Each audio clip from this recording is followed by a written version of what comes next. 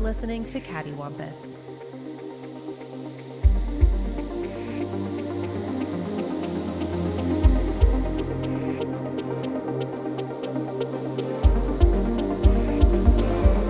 Hi, I'm David.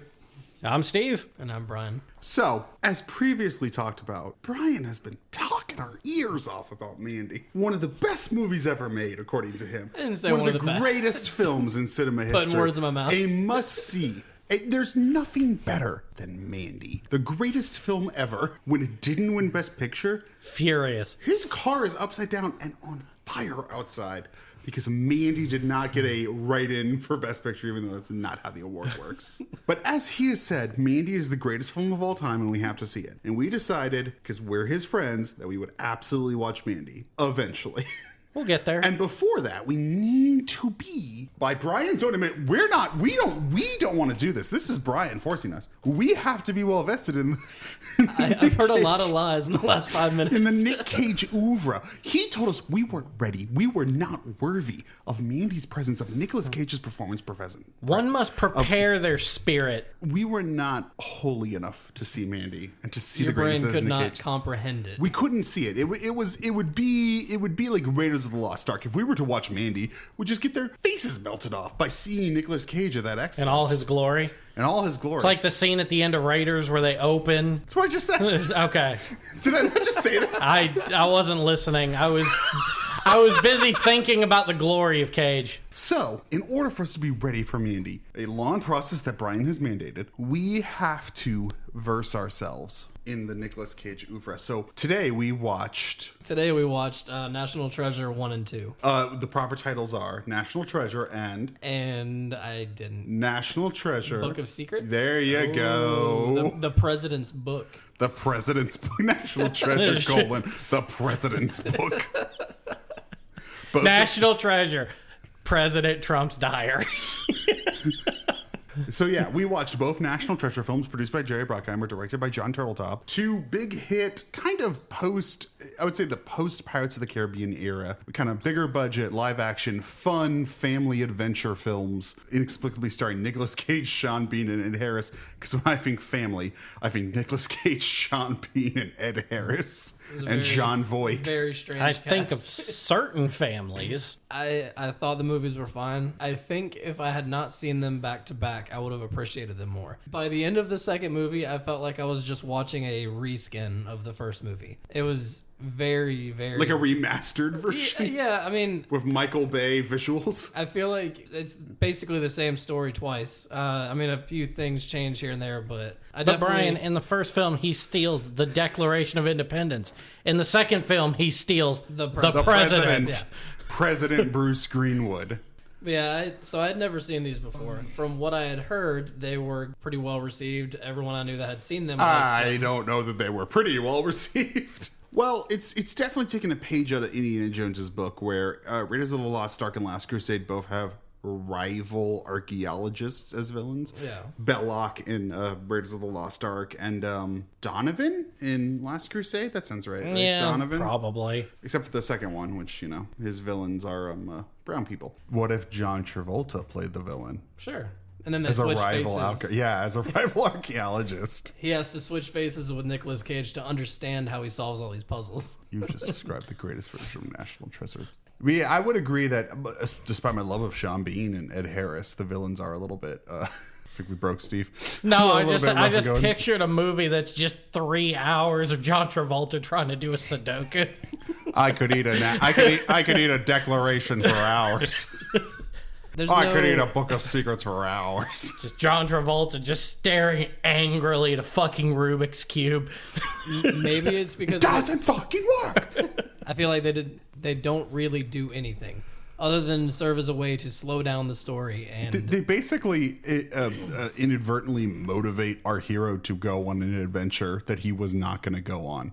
Like one of the things about Indiana Jones that I think works is that he, Temple of Doom aside, he wants to go on the adventure. He wants to find the Ark, whether Belloc's involved or not. The government's like, just, we could find the Ark. And Indy's like, well, I gotta go, And in this movie, it's like Benjamin Gates is like, I would just like to do nothing. And a villain comes up and goes, or what if you did something before I do it? And Nick Cage goes, fuck yeah. Like it's almost like he has to be dared into doing his job. What is his job? Archaeology. Extreme archaeology. He's a tomb raider. It belongs in a museum, unless I have to steal it from the museum. Indiana Jones was a legit, professor. He taught. He had, a so job. Did Nicolas Cage at the beginning of the second movie. Well, right, but I'm talking about the first movie. What was he doing? Unclear. Yeah, they don't say anything about it. You cut to him just in a fucking snowmobile of some kind. He was an archaeologist of disrepute. And then the book clears his name between movie 1 and 2. Makes about as much sense as the rest of it. It's fine. Well, it makes total sense. Nicolas Cage was definitely more cagey in the second movie. Nicolas Cage got to go full Cage in Book of Secrets. He was very reserved in the first movie. In the first movie, it did feel like he was like, well, this is a real movie. I can't just be Nicolas Caging about. Maybe I'm just misremembering or something. No, I'm sure. But I was very confused towards the beginning of the second movie where they're supposed to take a picture of the Statue of Liberty.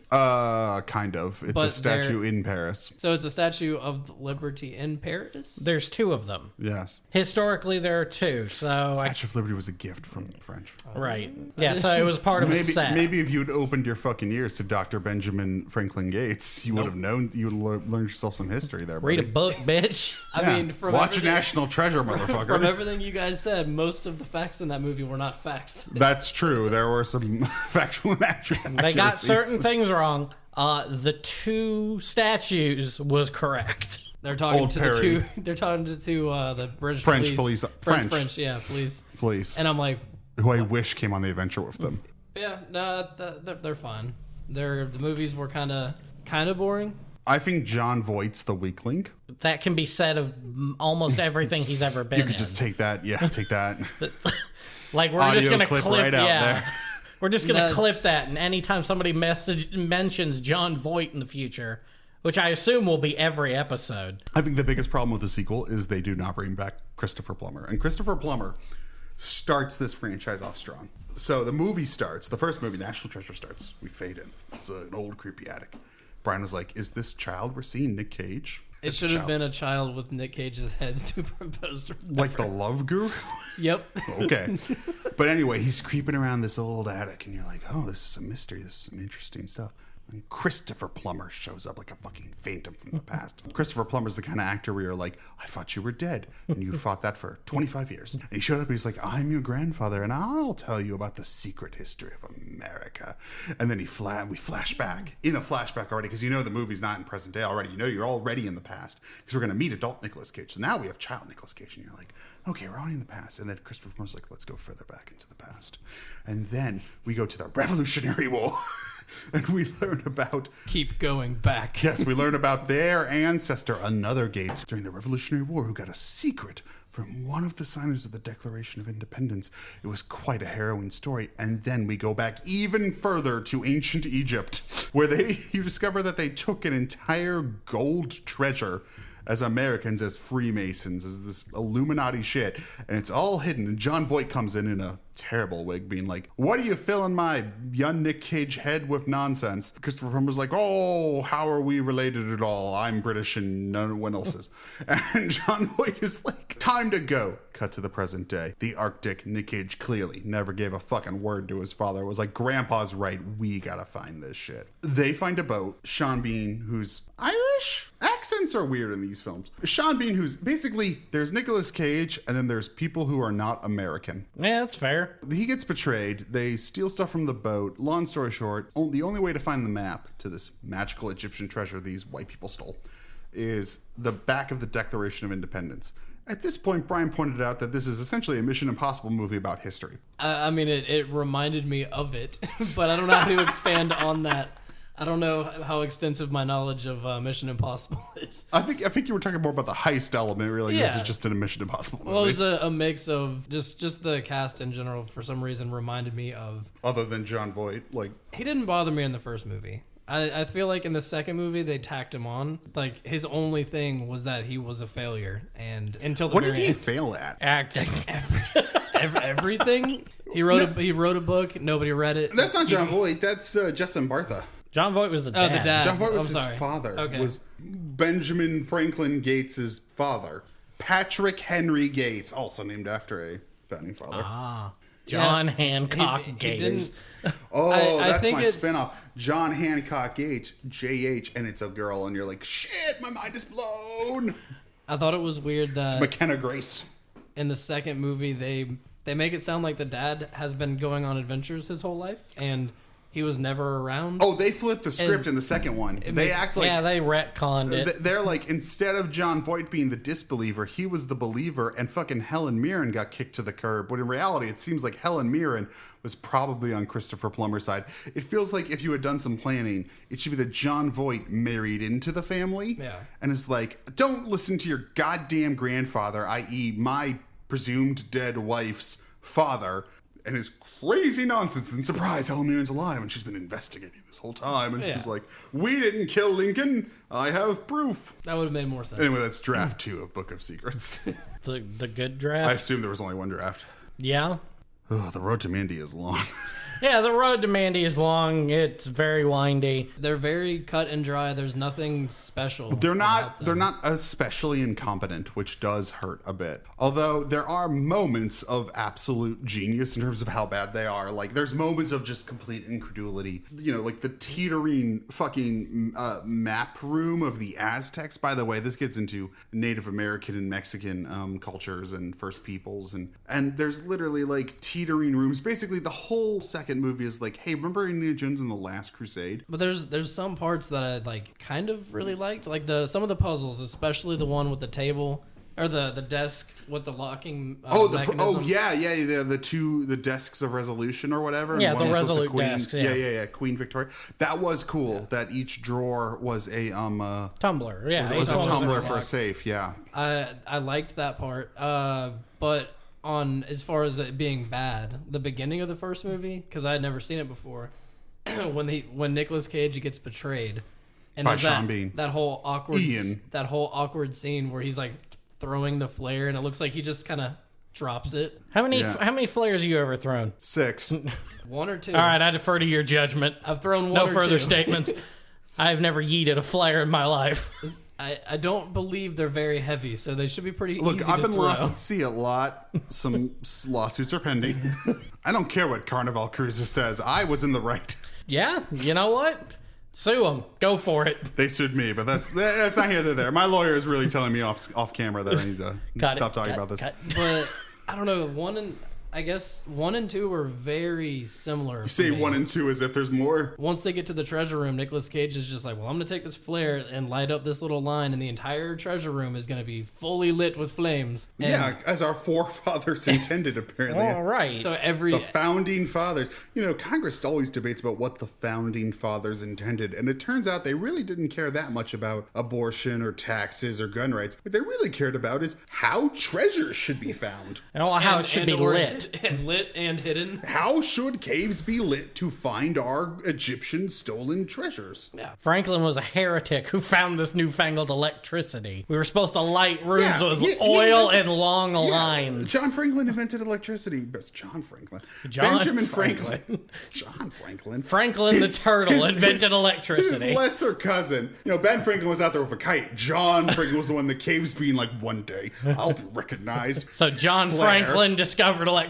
in a cave He did out it of in a scraps. cave. Yeah, out of scraps. So Brian, you were a big fan of the Resolute desk puzzle, but I have to ask, what did everybody think of Benjamin Franklin's 3D glasses? Pretty sweet. I would absolutely get some. Not since Avatar have I been so impressed with 3D technology.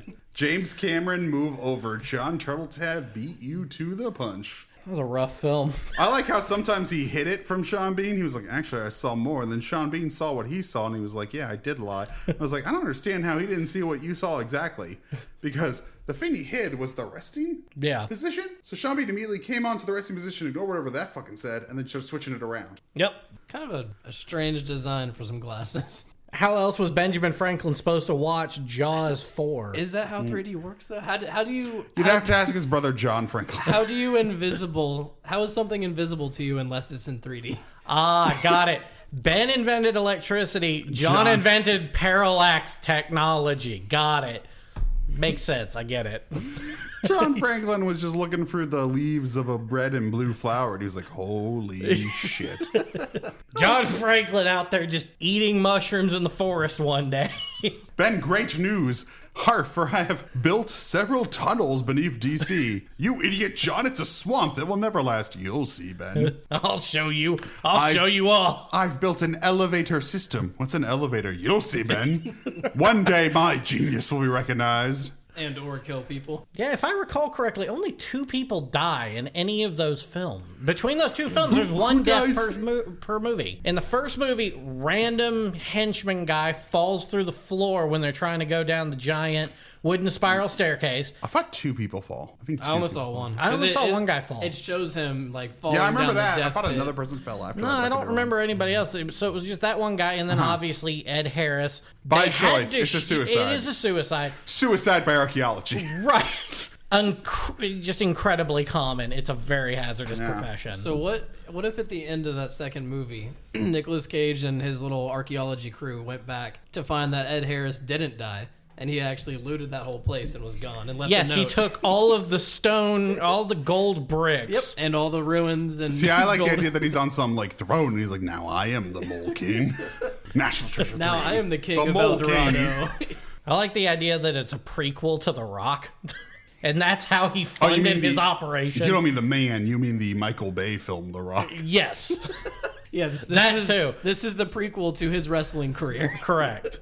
But no, like, this is how Ed Harris funded his attempted coup d'etat. Oh, so you think this is the Black Ops operation where he was betrayed? Yes. He's like, I will get that money to the families of my henchmen. Okay, so The Rock is set both in the future and the past. And that is Nick Cage's great-great-grandson. So, David, what did you like about National Everything. Treasure? Everything? No, I think they're so dumb and so delightful, and I think like it's not prime Cage. It's you know what it is. You know what it is like Mediocre? I think no, I don't think it's mediocre. I think there's a balance for Nicolas Cage where he does a lot of smaller budget kind of VOD or straight to streaming movies, and his level of effort is not so much affected by the budget. But sometimes it's nice to see him in a quote unquote like real movie shot on film, or you know like a movie that feels like a movie and Nick Cage happens to be in it, because I think those are the real like glorious moments of Nicolas Cage. Yeah. Because if your movie's shot in a red over a weekend, sometimes you're like, yeah, okay, Nicolas Cage being crazy. Like, I guess this is fine. Like, you're Pay the Ghost or whatever the fuck else he's been in. It's a movie where he joins a revenge cult, and I think Guy Pearce is in it, and he shaved his head. And get ready, Brian. Next week. Get ready, Brian. It's a movie. Next time on the Road to Mandy. On the Road to Mandy, part 17. But like, I think it's nice to see Nicolas Cage like in a real film setting, because when he does go crazy, it's great. And when he does, the weirder parts of Nicolas Cage are not the crazy parts to me. The weirder parts is when he tries to be a human being.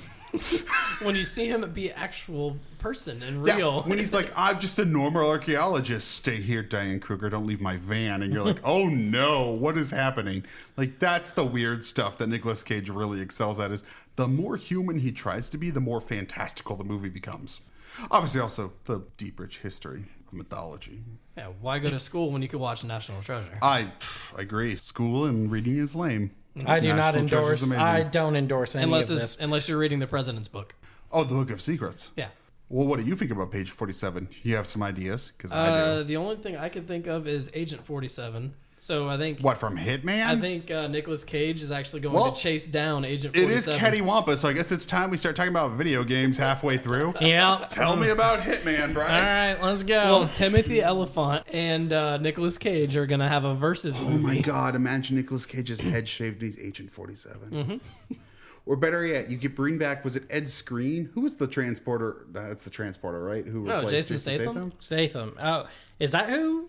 Oh, wait, who's the new Hitman after All Fantastic? Oh, I have don't no remember. Is it not Ed Screen? It might be.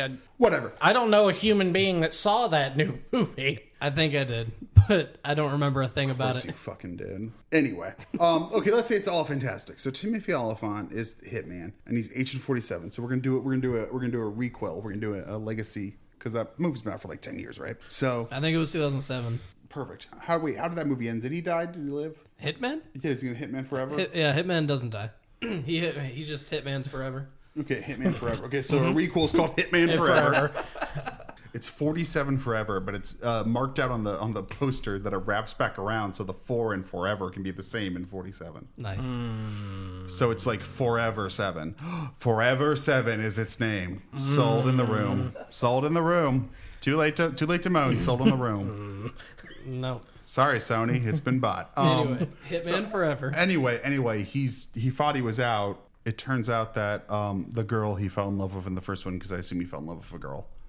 Yes? Yeah, I think so. Probably. Yeah, it seems to I think there was like some short hair girl, and he saves her, and then they like get on a boat. That sounds appropriately 2006. Yeah. So anyway, everything was fine until somebody comes out of the fucking woodwork, Nicolas Cage comes out of a puzzle desk. bald, with a barcode on his back. He's like, "I'm Agent 46." I came before you. Sure that shouldn't just be Sean Bean, because it sounds like at this point we're talking about Goldeneye. No, double- Now we're 006. 006 Sean- and 007. Sean Alex Bean- Trevelyan. Sean but Bean's he's 48. But he's got a weird ethnic history because he's a Lien's Cossack, so he Yeah. betrayed the Soviets, and it was a whole thing, or his parents did. And that movie's way more politically complicated than it has any right Yeah, to be. I don't know. It very much is. That's one of those movies where I think we all saw it when we were young, and we were like, "Oh, this is fun." You didn't realize it was basically talking about a national Holocaust. Yep. Just totally went over our heads. We were like, "This is just fun, right?" And you're like, "Actually, he's a survivor of a Soviet Holocaust." And you're like, Okay, that's Less- great. No less one can fun. pick Odd Job. He's the survivor of a Soviet Holocaust. And how does the movie end? Oh, Bond drops a satellite on him. Okay. That is very appropriately Bond. It's like saying you're like James Bond, you must fight Oscar Schindler's son. You're like, okay. He's trying to steal some money from the British bank. Not in my watch. Fucking murders him. You're like, I feel like we've tiptoed over Oh, some this is issues why here. Daniel Craig wanted to leave. That's why he wanted to, quote unquote, slit his wrists, then play Bond again. Has he? He's doing the He's next got one, one right? he's contractually obligated to, yeah. Hasn't it been a while? Isn't it about Yeah, time? it's been a while, yeah. Yeah. Spectre was like 4 2015, yeah. Yeah, shit. It's gonna be 5 years. That's a pretty They've had long- issues making the movie. Well, yeah, probably because nobody wants to do it at this point. They've lost a lot of directors and screenwriters. So, what element would you take from Mandy? And put, If I could take or take any- from these movies and put into Mandy? If I could take an element from these movies, I think it would be having Nicolas Cage have to solve puzzles to get to his next victims. So not like Sean Bean or Ed Harris. No. So More puzzle desks. Ed, more puzzle desks. so it was only like a 2-minute scene, but it was the best scene That was the in best either scene. movie because it just felt like a real movie all of a sudden. I mean, Yeah. aside from the terrible sexual position they put Yeah. poor Diane Kruger in. crawl around on the floor with me while Nicolas Cage solves this puzzle. Let's make out. It was not. But yeah, give me the puzzle desks, and I mean I'll take Ed Harris as one of the I'll villains. take him. If don't- you're offering, I'll take him. I guess. I mean, I guess I'll take him, but I like the main villain of Mandy. Linus Roach, He's a fucking weirdo, but I really like it. the Thomas Wayne in the Nolan Batman films. Oh, okay. So that is the element that you would take from Mandy and put into National Treasure. A more like there's many a movie I watch and go, man, it'd be great if Linus Roach were here. Actually, probably would have been quite good in National Treasure. I'd rather have him than Sean Bean in that first movie. You don't like Sean Bean? No, he didn't like his haircut. His You his think you hair like, you his think hair you like freaked Sean me Bean, out. and then you watch National Treasure, and you're like, Yeah. no, maybe No, I don't like I'd- Sean Bean. Yeah, I love Sean Bean most of the time, but it was Yeah. not great. He No. looked like budget Dolph Lundgren for some reason. I think it's because of his tan. Yeah, the tan and the hair, and maybe even the weird accent. I don't know. I think that's just his I think voice. that's just his I speaking I voice. think we're pretty sure that's just his regular voice. I prefer him in Lord of the Rings. I prefer most people who are in Lord of the Rings in Lord of the Rings. Yeah. There's very few people in Lord of the Rings where I go, you know where you were great in? Something that isn't this. Like, that's not how that works. I'm trying to think of any actor that's in Lord of the Rings where I go, yeah, you've done better movies. Like, I think Viggo Mortensen has given equally good performances, but I wouldn't say he's better in any of them than in Lord of the Rings. Like, he's great in History of Violence and Eastern Promises. Yeah, I can't think of anything Elijah Wood is better in. You didn't love him as Kevin in Sin City. I didn't like a lot of things in Sin City personally. I like so. It's not really a movie. Sin City 2 is not really a movie. Both are not movies. Yeah, it's I finally got around to watching 2 months ago, and no, bad idea. They're not movies. They're just like Scenes. anthologies. they're like art installations. Where you're like, can you believe we recreated this comic book? And you're like, good job, I guess. You did it. Well, one thing I did want to mention about National Treasure. Please. If it had a different score, it wouldn't change the movie that much. It would I think it would change it significantly. Oh, it would change dramatically. I think the score is one of the weakest part of the film is the score. No, that score was hot trash. It's bad. And that's one of the things that reminded me of Mission Impossible. And I was saying I didn't like Fallout.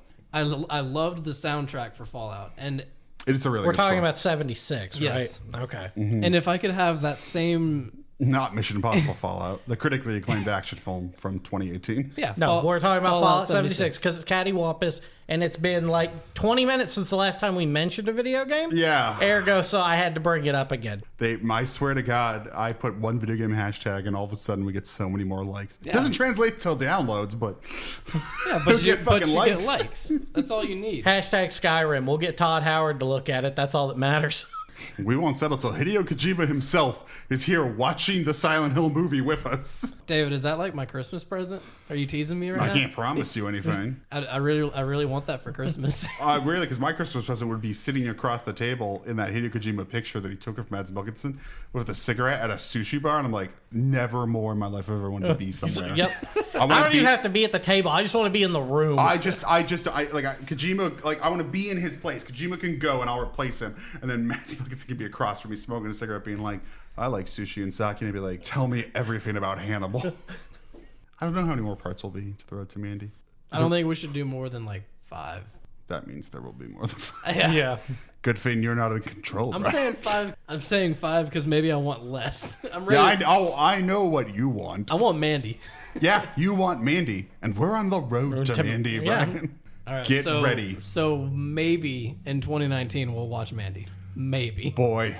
That is really optimistic. Happy Halloween. We're going to watch Mandy. Sorry, Brian, we couldn't get Kojima for Christmas. Instead, you're watching Mandy. So Instead, you're watching a Nicolas Cage movie that's still not Mandy.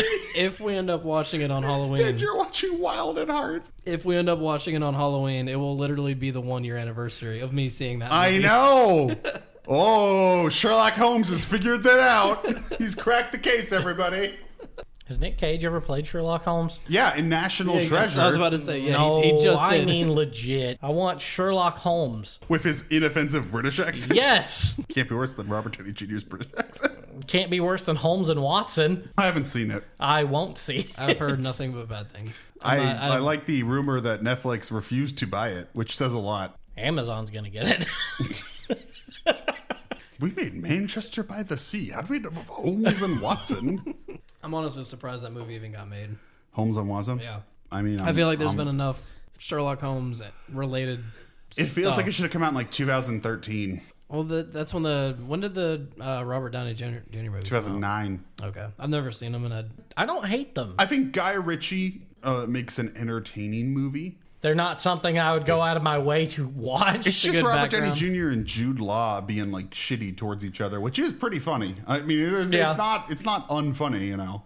it just didn't look interesting. It It's just not. looked like, it looked like a background movie, like something you might catch at a friend's house on accident. So that's an episode. Got Yeah, it. I got it. So trap you in my house and make you watch Sherlock Holmes. Understood.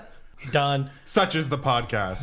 See, the deep subtext of the podcast is that Brian thought we were going to watch art, and we've just been trapping him in places and making him watch garbage. I have not enjoyed almost anything we've watched. You didn't enjoy Street Fighter? You didn't enjoy Super Mario Brothers? No. You didn't enjoy any of the Ninja Turtle films? I enjoyed That second one, that Michael Bay produced one. Yeah, I enjoyed that. Yeah, there you go. Is that the best movie we've watched? National Treasure, in terms of not hating it, was In kind terms of of not hating it, I didn't.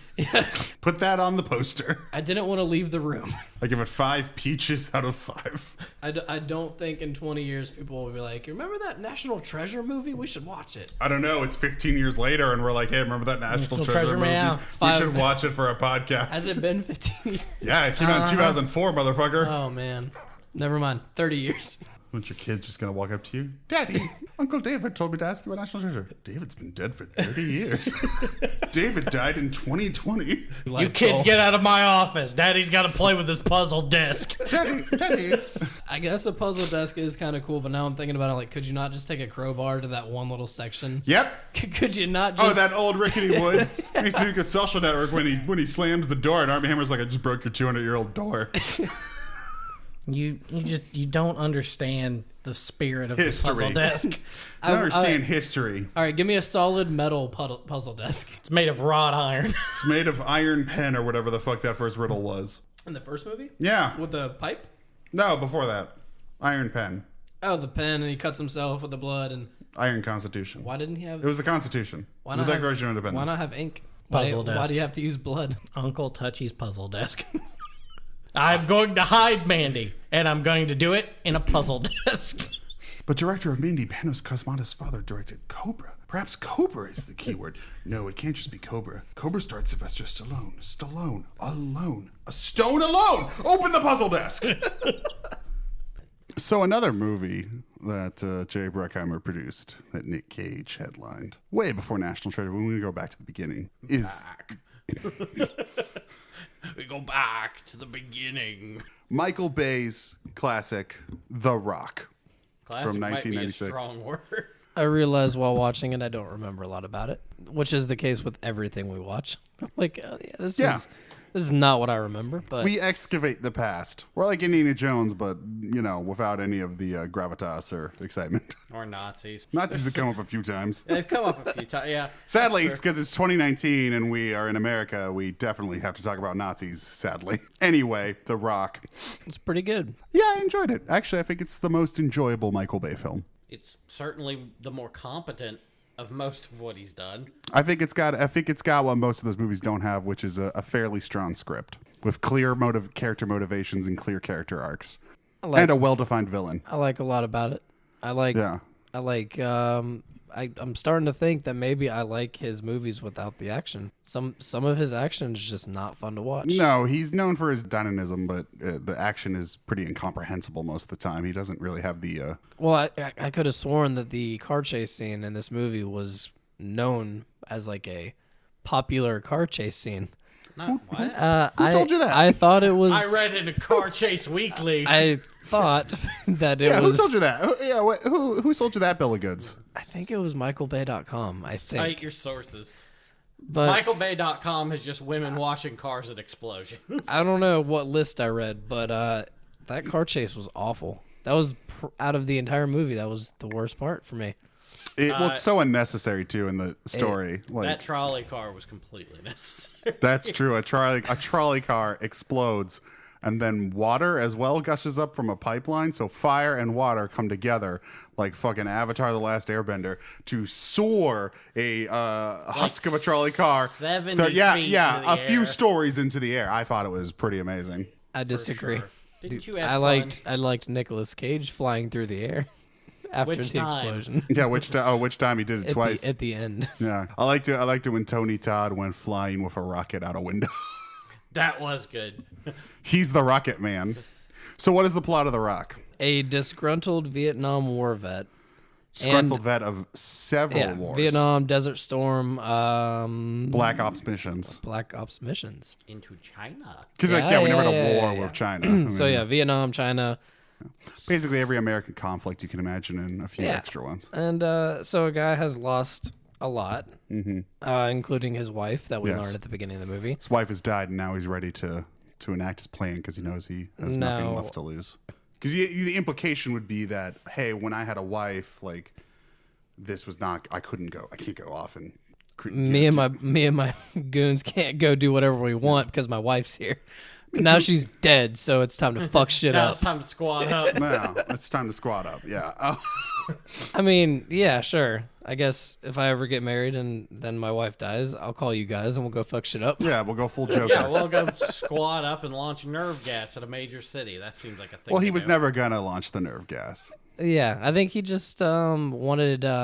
He wanted to spook him. So No. So he wanted the families that had lost people to receive compensation for their loss. Yeah, Ed Harris's goal is that all of the men and women who have died on Black Ops missions for the military are basically disavowed, and therefore no reparations are paid to their family. They don't have proper burials. They basically don't exist. And Ed Harris is basically going to hold San Francisco hostage with nerve gas from Alcatraz to force the government to take from the slush fund that the government has illegally gained from weapons and arms sales to presumably post-Soviet countries to repay those families. So his goal is fairly noble. For Michael Bay, the movie has a surprising amount of nuance. Quite a bit of sympathy for Ed Harris and like David Morse, his second in command. Like it seems like they are in it for the right reasons. Where unfortunately they have people, they even point out, goes, I've never worked with you before, but I've heard good things. Those are the people who are like, fuck it, let's launch the nerve gas. So even Ed Harris isn't ultimately the villain. And Nicolas Cage is chemical expert who can disarm the missiles.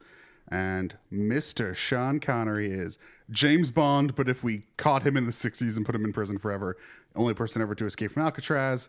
This is our ragtag team that has to break in and destroy all the missiles before, or deactivate all the missiles before the deadline. I don't ever in a million years buy Nicolas Cage as a biochemist. As a scientist. He's a rock star scientist. That was Nicolas Cage's thing in the 90s. He was rock star whatever he was. Yep. Face Off, rock star terrorist. The Rock, rock star scientist. Leaving Las Vegas, rock star alcoholic. Snake Eyes, rock star corrupt cop. He can basically do whatever he wants. I enjoy watching him do anything, but he is. I definitely I would enjoy a trained monkey. I definitely don't buy him as a scientist. And the rules of the nerve gas don't make sense because there's a lot of jostling, and those things they do get severely jostled. Although I would argue, back to your point about not buying him as a scientist, I don't know that I've ever bought anyone Michael Bay has ever casted in anything as their role. also don't know a lot of scientists, so I mean, like, how are they? Do you remember the hackers in Transformers? I don't buy them as hackers. But like, do you know a real scientist? Yes. How does he act, or she? She. How does she act? Dude, check your privilege. I've said both. Reevaluate your assumed stereotypes.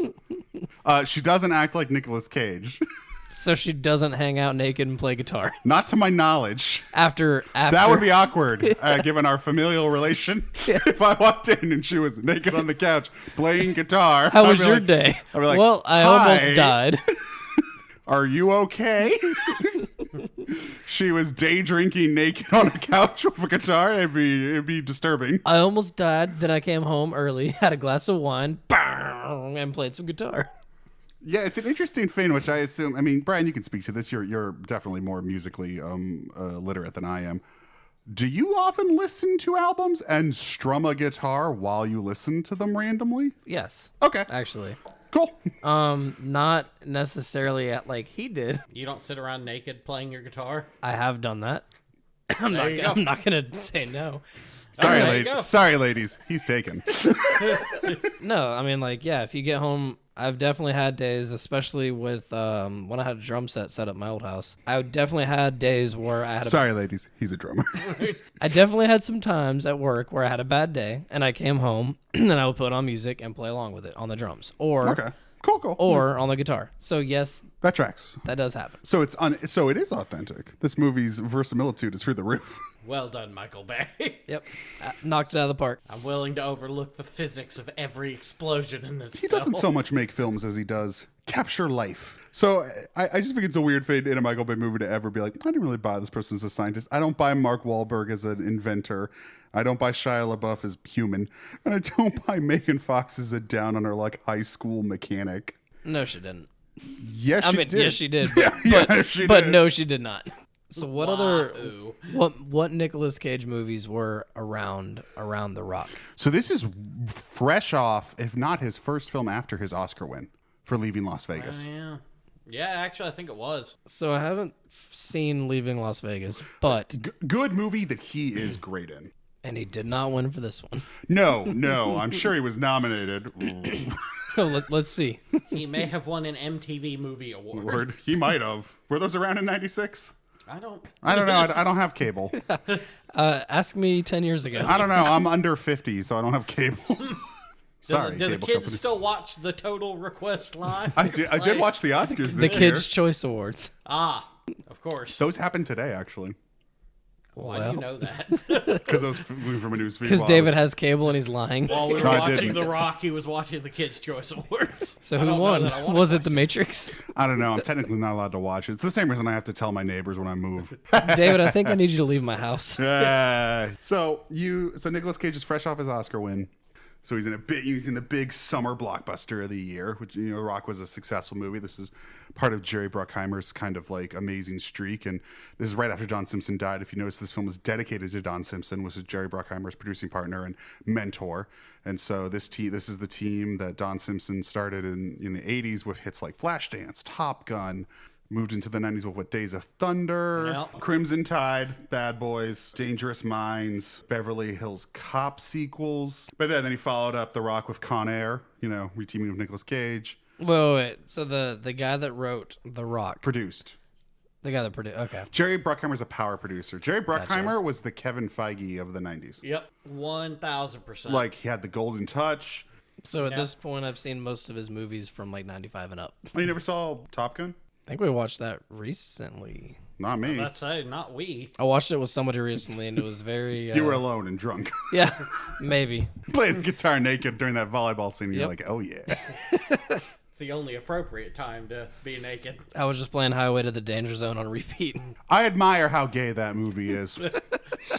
I really do. It really is. As a man who has many tastes, it's very shocking to watch an 80s action movie because there's always an undercurrent of homosexuality in 80s action movies, the machismo, but the fact that they're all just shirtless, glistening with like oil, playing volleyball on the beach for what feels like hours as a song plays and women ogle them and the camera just leers on all these men. And I'm like, this is surprising that this ended up in a movie in the 80s. Like that this guy was a Hollywood and Tony Scott's just like, what? Fine. Tony Scott's like, gotta give something for the girls. Look at him like, right, the girls. Yeah. Crimson Tide, it was famously written by Quentin Tarantino, rewritten. He was a script doctor on it. What is Crimson Tide? It's a submarine thriller starring Gene Hackman and Denzel Washington. I feel like there was not a lot. I feel like there have been a No, lot you're of right. There actually like, were a surprising number of submarine submarine thrillers in the early 90s. Yep. You're not wrong. I think it started with Das Boot, which is an excellent movie by Wolfgang Peterson. Hunt for Red October. Then and Hunt for Red October, the first Jack Ryan movie. Crimson Tide, know it's- K-19, The Widowmaker, which is actually directed by Catherine Bigelow. U571. Yeah, it was. What- For 10, 15 years there was this weird stretch of the subgenre of submarine thriller. The subgenre. The subgenre. When's the last time we got a submarine movie? There's that one with Jude Law. He's looking for treasure. Black treasure? Black sails? Black Submarine, the movie. black submarine? Hold on. We all live in a black submarine. Black Sea. I was close. Yeah, Black Sea is a 2014 submarine disaster thriller. Yeah. So it's its own genre. Submarine. I mean, kinda. I don't really have a lot to say about The Rock. I think I liked it more than I was expecting to. Yeah. It's kind of good, right? It's No, comparing it to most of Michael Bay's movies, it is I'd say more engaging as far as it's got a Well, if you're a grading better on story. If you're grading on a Michael Bay curve, it's an A+. well, yeah. It's literally his best movie by like leaps and bounds. It's like a real movie. Yeah, by a wide fucking margin. Yeah. It's his best film. Although people will tell you Pain and Gain is good. Don't listen to them. Oh, God. I remember that. That was awful. My only real complaint was the score, and I know it was Hans Zimmer, and he said it was one of his One of his first big hit scores. yeah, and it just didn't do it for me. It was Synthesizers don't age well, man. yeah. Nope. Well, I mean, I'm sure back then it was fine, but Yes, it was. now, God, it's so. To me, it made the movie very cheesy. Where if you replaced that score with something, Like if Hans Zimmer did it today. yeah, if Hans Zimmer rescored that movie today, and a few scenes were cut, that would be a very serious, very interesting movie. It would have more of a just immediacy to it and a live Instead of feeling. Hans Zimmer in the back of a Honda Pilot Bum with a bum bum Casio. bum bum bum bum bum bum bum bum bum bum bum bum bum Yeah, bum yeah. bum bum bum bum. That and the car chase scene and a lot of the action shots, the camera was just, it gave me a headache. Like just cut. Well, that's his style and just though. zoom in, zoom out, zoom in, zoom out. And I'm like, what are you Have doing? you not not- watched a Michael Did you Bay not? film? Have you not seen any of his other movies? Maybe it's that he has more slow motion in his newer ones. I think maybe it just stood out more to me in this one for whatever reason. It just Honestly, I think it's because it feels like more like a real movie all the rest of the time. And then all of a sudden it cuts in and you're like, what the fuck? Like the scene where Nicolas Cage and Sean Connery first meet is a well-made scene with good acting and good direction, good dialogue. Like it's like a real movie. And then you cut to that car chase and you're like, what the fuck is happening? I like when Nicolas Cage walks into the room the first time he meets him, and he like awkwardly picks up the chair And knocks it on the table. knocks it on the table, and good. kind of sits a little distant from him, and he's just like trying to bullshit, but he's very bad at it, obviously. I like when he slides back to get his more distance. Goes, can you get the handcuffs off? Yeah. Yeah, their chemistry was actually pretty respectable in that film, which is surprising. Well, I think this movie does have that advantage, which is it has a stellar cast with a lot of character actors filling out your smaller roles, you know. Seeing the guy from Scrubs was kind of weird for me. McGinley? Yeah. Those were his roles in the 90s. He plays basically the same character in Seven. He's the hot-headed SWAT team leader who literally pushes Brad Pitt aside and goes, SWAT goes before dicks, and knocks in a door. Like that was his role in before Scrubs. I don't remember that. Like, I'm sure. Well, you remember it, but you just don't remember that it's John C. McGinley. Yeah, You know who it was. Because now I know him from Scrubs for sure. Yeah. And like going back and seeing this, I'm like, whoa, that's weird. Like he's totally different. I mean, he's still pretty abrasive in this. I haven't watched Scrubs in a long time. I don't like it that much. Why did you watch it? I don't know. It just comes on sometimes in places. What? Sometimes I'm just It sounds like sitting around. it sounds like you have visions. Like what does that mean? Sometimes it's just there. Sometimes I close my eyes and just an episode plays. First of all, best John C. McGinley role, fucking Point Break. That was good. Point Break is a movie where you watch it in retrospect, you're like, Catherine Bigelow knows exactly what she's doing. Like you don't accidentally make that movie. So I was out looking at 4K movies. Please like, don't tell me a you week thought or about two buying ago. the remake of Point Break. Well, so I forgot that You started the sentence with well and not no. No. So I had forgotten that they remade it. With and Gerard Butler, And right? I saw Point Break, and I was like, ooh, and I picked it up, and I looked at it, and I was like, this doesn't look like Point Break. What is this? I was like, is it this HD that they just look different? And then You think in No. 4K resolution No. that Keanu Reeves looks like Jared Butler? Yeah, no. that's how that works. right? But like I'm like looking at this case, and I'm like, this is not the movie I remember. What the fuck? And then I'm like looking, and I was like, they remade this movie. Yeah. I was so confused. I was like, am I misremembering this They entire remade movie? a movie that only works because of the director and the two leads. And, they remade the movie without that director or the two Did that leads. do anything?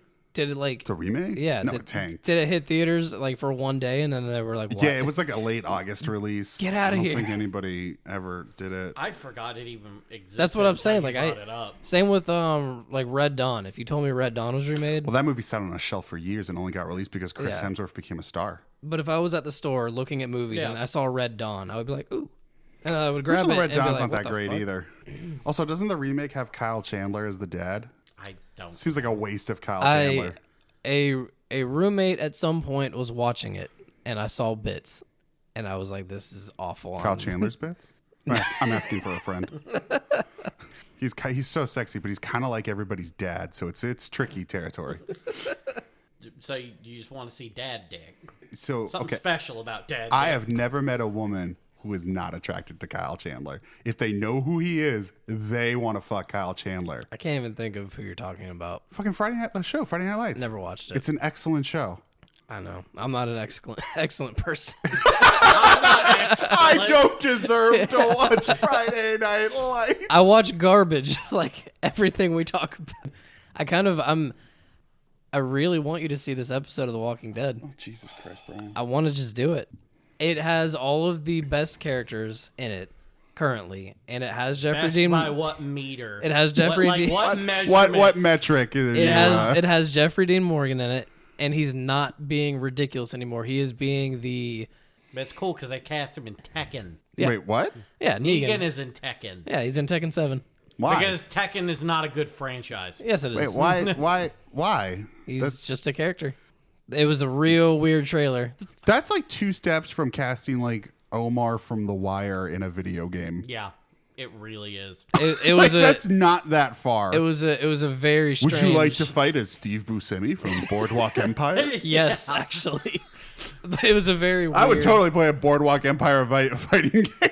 It was a very weird introduction. They've all got that classic boxing stance, and they're like Queensberry rules. Can I get Al Swearingen from Deadwood in my Mortal Kombat 12? Mortal Kombat 10 had Alien, had Jason, had again, Freddy. those that I kind of That get. I'd buy. It's just like Walking Dead is ostensibly a prestige cable drama. So it's like, what other prestige cable drama characters end up in fighting games? Like Jesse from Breaking Bad and what Don Draper from Mad Yeah, Men. that's what I was gonna say. Don Draper from Mad Men's gonna show up in Soulcalibur. He cries.